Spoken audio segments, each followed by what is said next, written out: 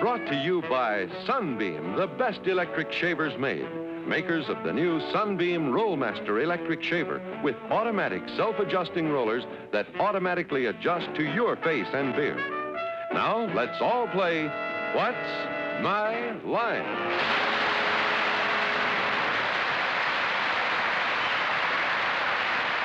And now let's meet our award-winning What's My Line panel. First, the delightful star of stage and television, Miss Dorothy Kilgallen.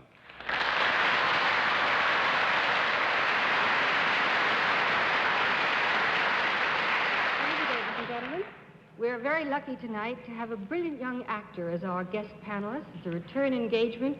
Tomorrow night you'll be seeing him on this network in what should be one of the most fascinating television shows of the year, Body and Soul. And here he is, Ben Gazzara.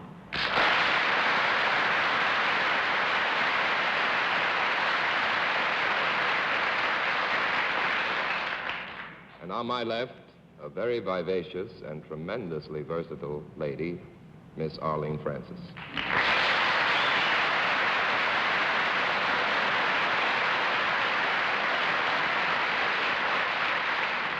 And now, the happiest publisher of them all, the publisher of a runaway book on the bestseller list, the book called Act One by the brilliant Morse Hart.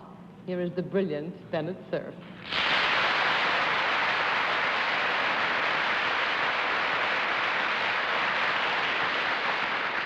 Well, you know, the panel moderator of this show has a well-earned reputation for being suave and polished at all times. But if you look closely at him tonight, I think you'll still see a few of the scars and bruises that he got from Groucho Marx last Sunday night. Here he is, John Charles Daly.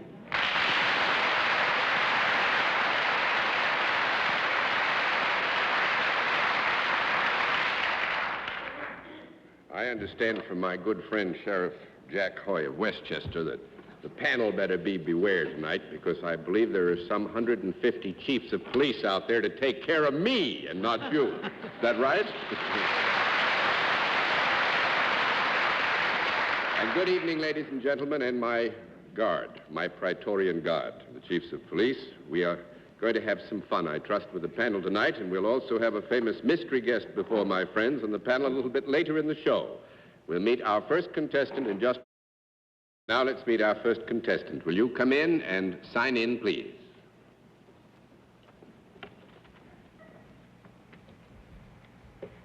Glen?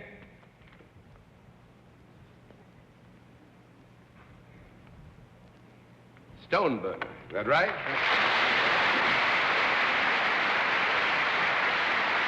Mr. Stoneburner, where are you from? Mishawaka, Indiana. Mishawaka, Indiana. Yes. Well, it's nice to have you with us. It's nice to the be panel, Mr. Stoneburner. Stoneburner, will you join me over here, please, sir? Do you know how we keep score, Mr. Stoneburner? Yes, indeed. All right, then we'll let the folks at home and our good friends in the audience here in the theater know exactly what your line is.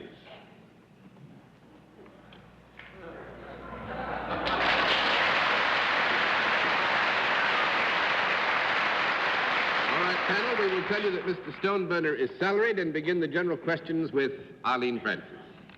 Well, Mr. Stoneburner, is there a product connected with what you do? Yes. Is it a useful product? Yes.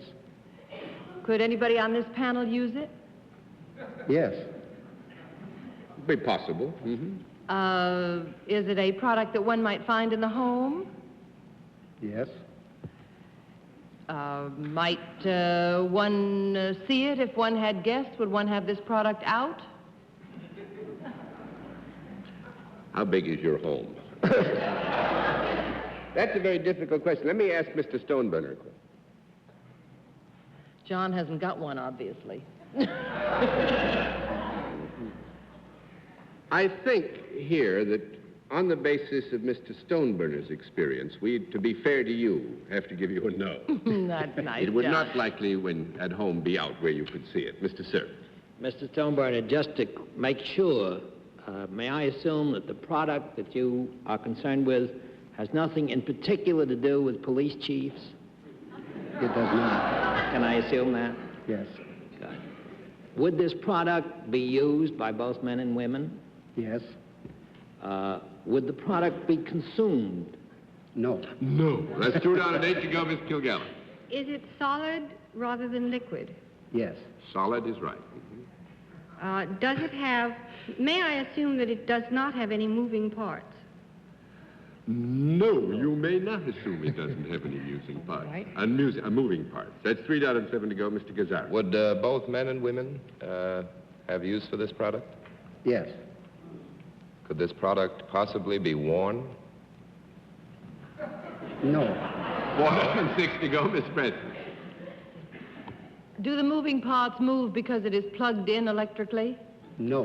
$5.05 to go, Mr. Cerf. Mr. Stoneburner, has this product ever been alive, or is it possibly alive when you deal with it? No. No. $6.04 to go, Miss Kilgallen. Mr. Stoneburner, if this product is not likely to be found in everybody's home, is it more likely to be found in some place other than a home? Yes. Would it be found indoors as well as outdoors? Yes. Outdoors as well as indoors? Yes. Would it be found outdoors more often than indoors? What part of the world did you have in mind? I would think here we would be safe to say to you, Dorothy, that it would be found more indoors than outdoors. That would be $7.03 to go, Mr. Gazzara. Would this product be considered a luxury rather than a necessity? Yes, I think in that term of reference, we would consider it a luxury rather than a necessity. Remember the last time we put cream and sugar on it, it tasted terrible, remember? Would this product possibly make one feel a little more comfortable?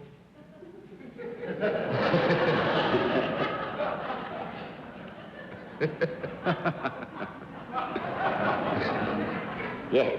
Make one feel a little more comfortable. Yes. Well, I can't think of any way in which this product would make anybody feel more comfortable. Can you? No. No, that's fine. That's $8.02 to go, Miss Preston. Does it have wheels? Wheels? $9.01 to go, Mr. Cerf. Stoneburner, does this product provide any entertainment in any way for people? Yes. Does it play something? Like a Victrola or a stereophonic phonograph or a moving picture machine or something of that sort? You mean the product is in one of this group? Because we'd have to ask you to be a little more definitive. Actually, it's got nothing to do with any one of those. We need a fast conference just to remind Bennett of something. Well, you can take a blind guess if you want to, but... Oh, but Mr. Bennett, it's something that the company wouldn't see usually, John has It's said. a sports equipment of some We kind. struck maybe. out anyway. No, we have one. Well, keep striking out. You've had about 18 strikes already, and you're not getting anywhere. Actually, this is a lot of fun. Mr. Stoneburner tests tubas.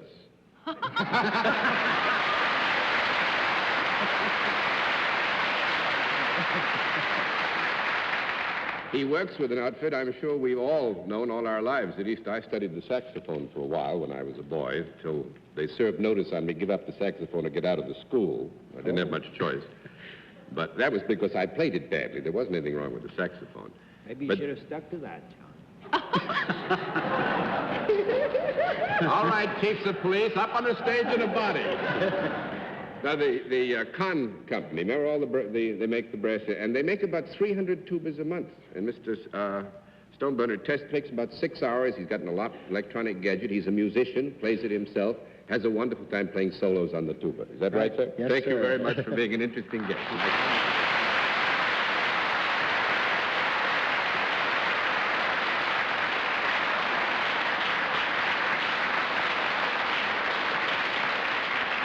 And now let's meet our second challenger. Would you come in and sign in, please?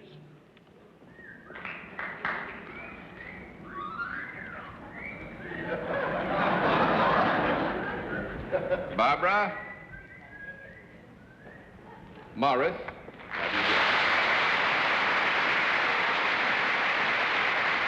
Is it Miss or Mrs. Morris? It's Mrs. Mrs. Morris, and where are you from, Mrs. Morris? Callahan, Florida. Callahan, Florida? Yes. It's Irish. We get everywhere, don't we? Callahan, Florida. Mrs. Morris, the panel. Panel, Morris, will you come over here, please? Mrs. Morris, do you know how it keeps going? Yes. All right, fine. Then we'll let the audience here in the theater and the folks at home know exactly what your line is.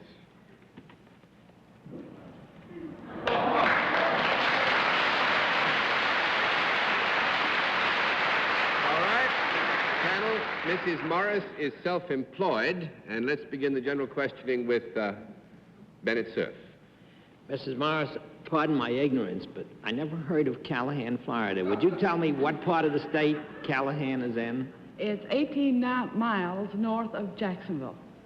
Oh, that's right near the Georgia border. That's right. Near what, then? Right near the border of Georgia, right the northern tip of Florida.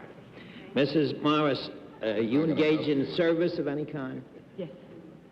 Is it a service for which you require some kind of special training? Yes. Do you get some kind of a title when you finish your training? No. No, you're looking here for a specific Doctor, type a of doctor. lawyer? No, it is a special kind of training that's necessary, but does not lead to a degree or any distinguishable title. That's 1 down and 9 to go, Miss Kilgallen. Mrs. Morris, are people happier or more pleased with themselves because of what you do? As a rule. As a rule? Do you deal with human beings? Well, people are, we presume, or hope, happier and a better frame of mind after they have the benefit of the service which Mrs. Morris has to purvey, and to that degree, certainly we would assume that she deals with people. Well, do you also deal with anything in the animal kingdom? Yes. Are these, this is where I need Bennett's knowledge of geography, which I do not possess. Are these land animals rather than sea or air animals? Or are they a combination? Just a moment, please.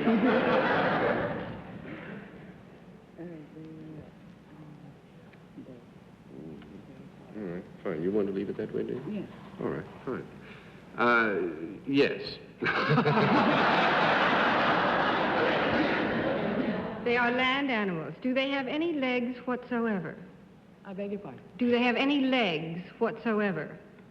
As opposed to things like snakes, which do not. I don't think we can agree they have legs. We've been very generous. Yes. I think we've been generous to a fault. Yes. Let's not be generous anymore. That's 2 down and 8 to go, Mr. Gazzara. Would these animals be considered undomestic? Yes. Would they be considered a nuisance? Well, I don't think so. No, I would say if you have any desire to consort with these animals, you Well, that's what I meant.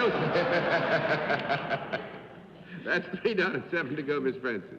You didn't finish your sentence. If you have any desire to consort with these animals, You would not consider them a nuisance. you would not consider them. Oh, you would nuisance. not consider them a nuisance? Not if you were to consort with them. Therefore, we Wanted can to. rule out the snakes, can we not? No, you can't. Not if I know John. You mean John consorts with I do snakes? not want any discussion of my association with this panel on the program tonight. Does it slither along the ground? Now, when you say slither, do you mean like this? Or it could be like this. But it's going to be like, what is it? It's going to be like this or like this. Well, that makes it 4 down and 6 to go, Mr. Cerf. Mrs. Morris, do these animals, or whatever they are, serve a useful purpose? No. Never? Now, by useful purpose here, we're assuming that you mean... Well, if they were worms, they might be used for bait. If they were some kind of insect, they might be used in For fighting biting. disease. Yeah. Well, that's 5 down and 5 to go. Thank you, Mr. Cerf. Miss Kilgallen? John, could we have a clarification? Has Arlene's no ruled out snakes? Snakes slither. I would think we'd be willing to give you that much. Actually, we ruled out the slither is this way and the slither is that way, but I know some snakes that slither this way. This is a land animal with no legs. Is it... Now, here you see, this is not quite fair to Mrs. Morris, but it would be unfair to you not to say that the question covered a lot of ground. Land animal was a presumption on your part. All right. I thought it was an answer to a question, but if you would permit me to remove the presumption. Is it an animal without legs, or a member of the animal family without legs? Does it ever go into the water? Yes. Is it chiefly found in the water?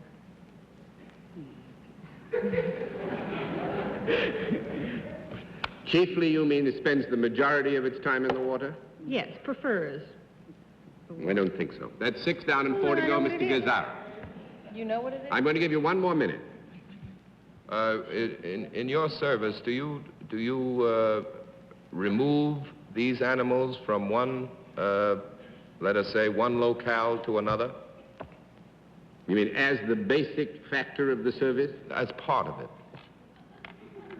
Well, in the presentation of the service, this removal from one point to another might be necessary, in fact, is necessary. Is this removal in order to bring a little peace to your clients? No. No, that's 7 down and 3 to go, Miss Francis. Does it have a shell, this animal? Does it have a shell? No. No, that's 8 down and... Bare? Instead of legs, might it have flippers or flappers or something of that sort? It might. Oh, that animal. Is it seal? You have something to do with seals? All right, now what does Mrs. Morris do with seals? Trains them. Very good.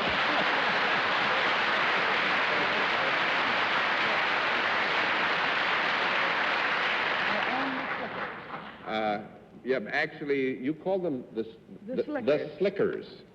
Water-performing. They're water-performing seals, but they spend more time on land than they do in the water. Yes, Dorothy? John, with all the trained seals on this panel, wouldn't you think we'd know a trainer when we saw one? Well, we had a lot of fun, and thank you very much, Miss Thank Morris, for being our guest in What's My Line.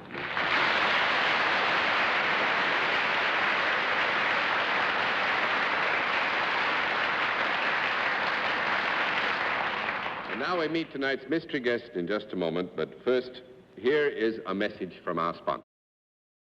And now we come to the special feature of our program, the appearance of our mystery celebrity. And for this portion of the program, as you all know, I ask my friends on the panel to blindfold themselves. The blindfolds all in place, panel? Yes, John. Good. Will you come in, mystery challenger, and sign in, please?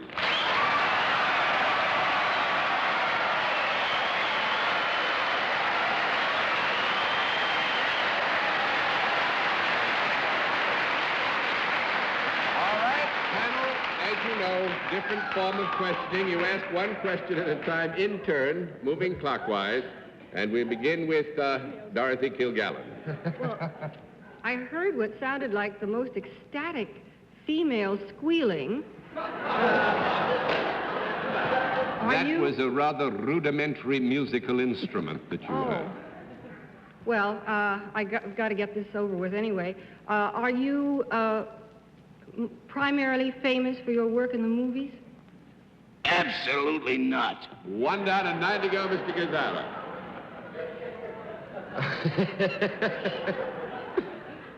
Are you, by any chance, connected with the world of music? No, not really, nah. 2 down and 8 to go, Miss Francis.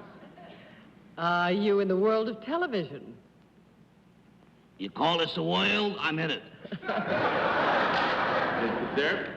Have you got a big show recently opened or about to open for the season on television?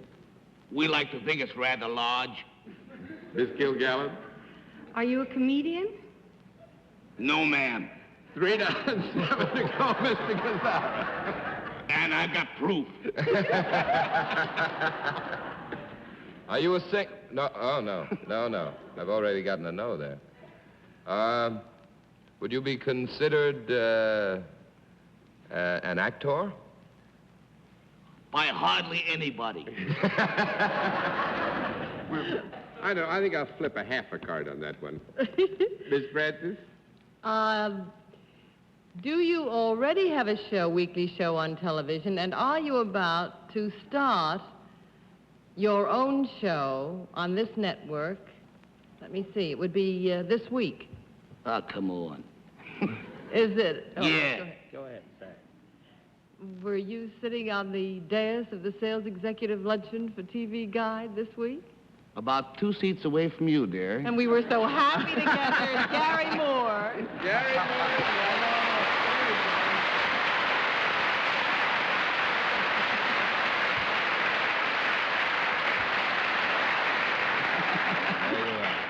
Because this is already, I know that we all know it anyway, probably the hardest working man and one of the most productive men in our business. And adorable. And a very nice... Yes. It's all right for Arlene to say you're adorable, but to me, you're a very nice guy. Have you got a ride home tonight? Yeah, sure, I got a ride home, yes. We're neighbors, you know. I take you home. I'm all part I got my milk route. I work it on the way home. But Garry is starting. Actually, it isn't starting because it's your second season, but his own program, the Garry Moore Show, is starting Tuesday night this week, isn't it? Yeah, we got our fingers crossed. So you see, he won't be doing much, 17 or 1,800 hours of television a week, and Starting a new radio show tomorrow. starting a new I don't radio even show want to tomorrow. talk about that. That frightens me. The whole idea of it frightens me. And in between, he finds time to be a very good sailor, by the way. He's a fine yachtsman. I get there and I get back. Not the fastest, but I get there and I get back. That makes you a fine yachtsman if you get there and get back. Yes, indeed. Well, Garry, thank you very much, for I know Sunday night must be precious to you with all the work you have to do. Thank you for coming. Well, I and seeing have us. good friends here, all of you, and thank you so much. And Ben, much luck tomorrow night. Thank you very much. Much luck. I'll be there watching the show. Thank It's you. going to be a great one. Thank you, Thank you, Garry. John, Good very to much. see you. Will you say good night to the family?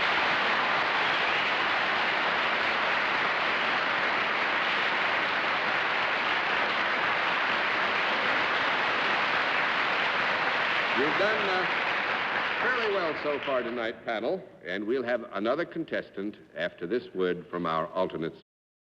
Now let's meet a final challenger. Would you come in and sign in, please?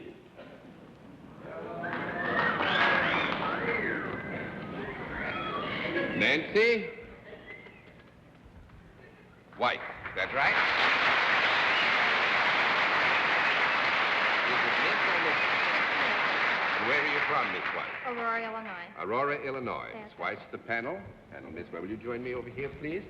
You know how we keep score? All right, then we'll let the folks at home and our friends in the audience here know exactly what your line is.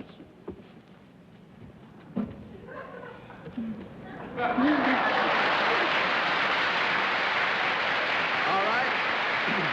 Panel, we're very short of time, and I would tell you that Miss Weiss's particular assignment at the moment has a special character and is temporary, because I think you have that much information coming to you. We will tell you in addition that Miss Weiss is salaried, and let's begin the general questioning with Ben Gazzara. Miss Weiss, is there a product connected with what you do? I would say yes. You would I say don't, yes. with your permission, I don't think it's what we would call a product within the terms of reference of our program. My. That's 1 down and 9 to go, Miss Francis. Are you helpful to both men and women in your job? Yes. Mm-hmm. Do they come to you for your service? I would say that they have to make an approach, yes. I hope it's always What a did I very say? nice one. Is there anything entertaining about what you do? Yes. Well, now you mean specifically in Not jokes. No, but what you would want to know if Miss Weiss is an entertainer herself or participates in an entertainment feature Well, of for some example, kind? dancing or that Oh, sort of fine, thing. thank you. That's 2 down and 8 to go, Mr. Cerf. Miss Weiss, did I understand from the gentleman seated next to you that what you're doing now is rather temporary? That's right. Would this be on behalf of some government agency, the work that you're doing? No. 3 down and 7 to go, Miss Kilgallen. Do you work for a profit-making organization? Yes. Do people watch you when you work? Not so. particularly, no. 4 down and 6 to go, Mr. Gazzara. You seem to be confused when I asked you about the product. Is there something, some item you use in performing this service? Yes, we could say that. Mm-hmm. Is this service performed on or with other people? Yes. Ben, I'm sorry we've run out of time. Just one quick thing. Yeah, I quick. think there's the Elgin Watch Company out of Row. You got anything to do with time? And anything? Phil's orders for World Series tickets. And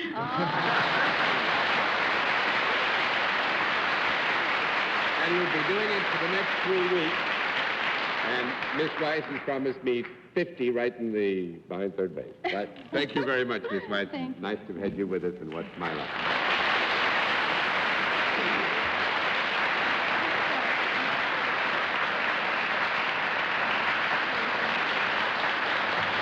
Very quickly, I'd like to say if you would like to apply to puzzle our panel with your occupation, the procedure is simple.